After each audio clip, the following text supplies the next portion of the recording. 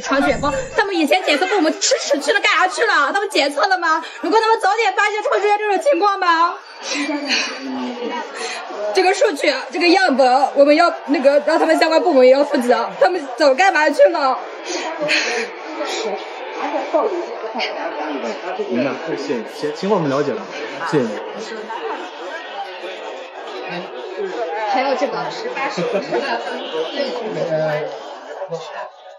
我现在就在西安市中心医院。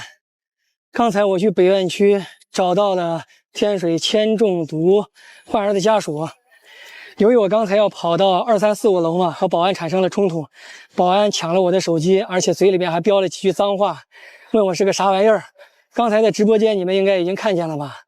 今天下午呢，总共采访了大概不到10个铅中毒患儿的家属。目前得到的信息给大家汇总一下。第一个，甘肃省天水市这个幼儿园的中毒事件，不仅是幼儿吃了这个毒物，然后学校的老师也吃了，后厨的阿姨也吃了，还有学校的校长也吃了。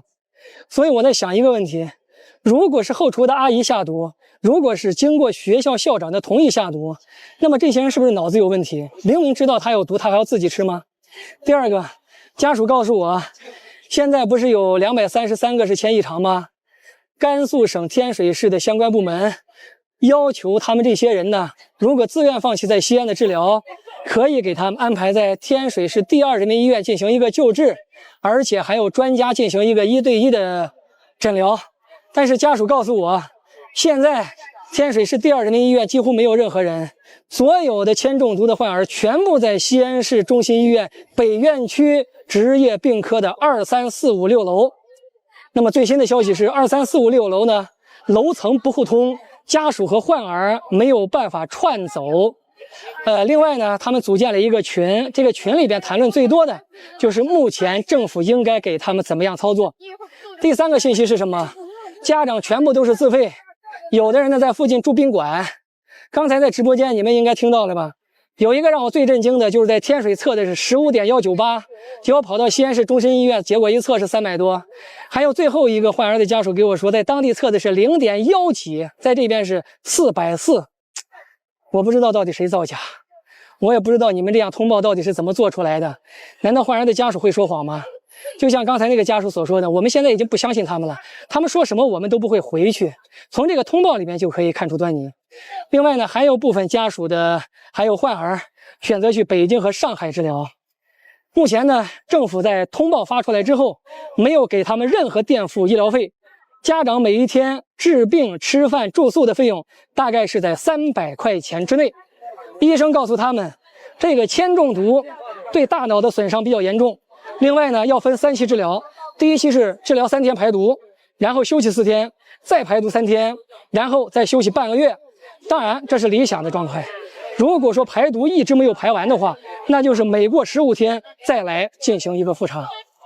所以，我希望当地的相关部门能够像刚才保安抢我手机骂我一样积极。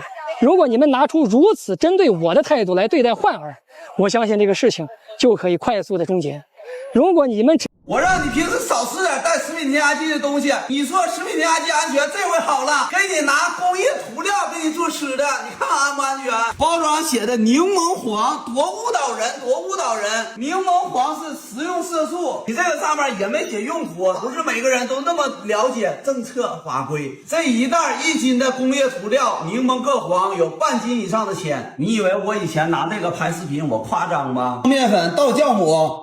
咱说这东西你倒多少？我没玩过这活，这活太狠了。屏住呼吸，哎呦我操！拿这东西做面食的也是个狠人啊！1克啊，倒水，搅拌均匀。这也不黄啊！监控视频里面做那个老黄了，你要那样黄，最少是1斤面放了30克呀！我这个机器都不能要了，这回黄了，看着吧？你想那小孩签。快，谁？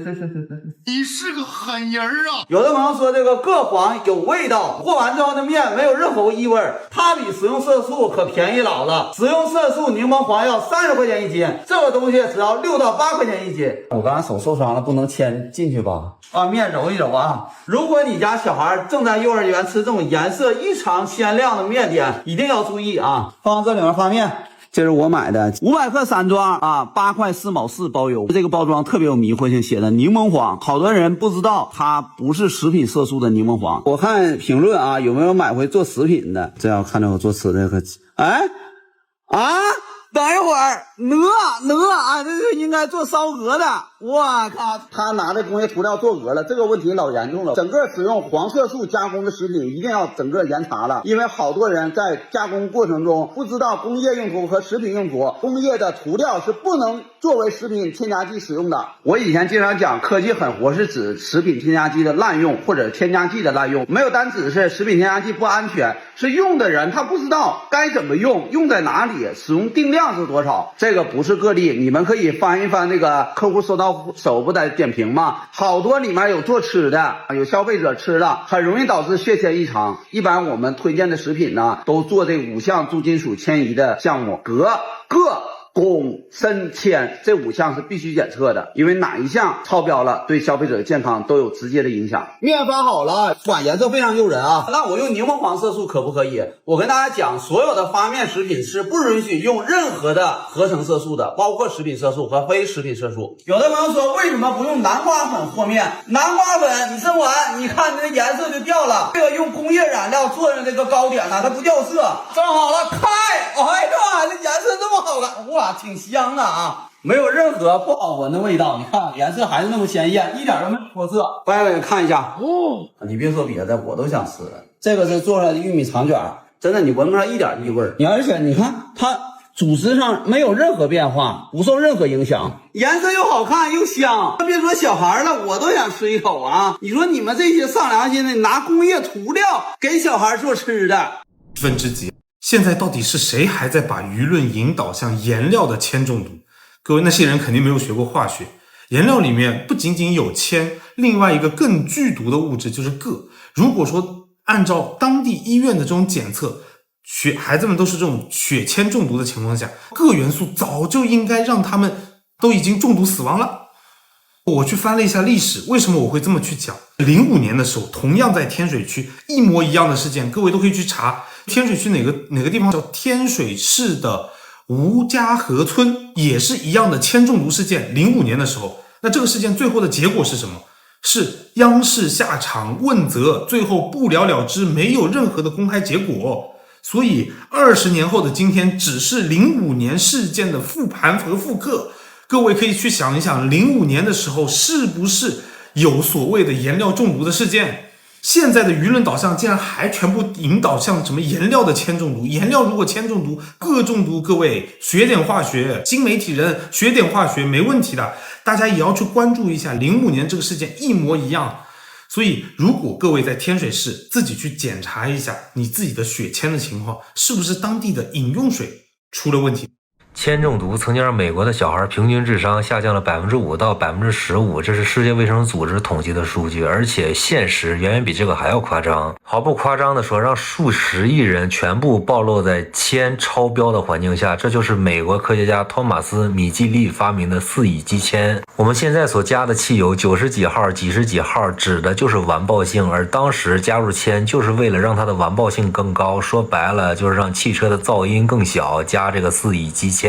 美国从1920年到1996年一直都在汽油里加这个铅，汽油是烧了，但是铅全部放在了生活环境之中，导致了非常严重的后果。这项发明还被新英格兰医学杂志评为了人类工业史上最灾难的发明之一，就是往汽油里加这4乙基铅。很多时候表面解决一个问题，实际上制造了一个更大的问题，吃的喝的用的都一样，尤其是孩子吃的，越简单其实越好。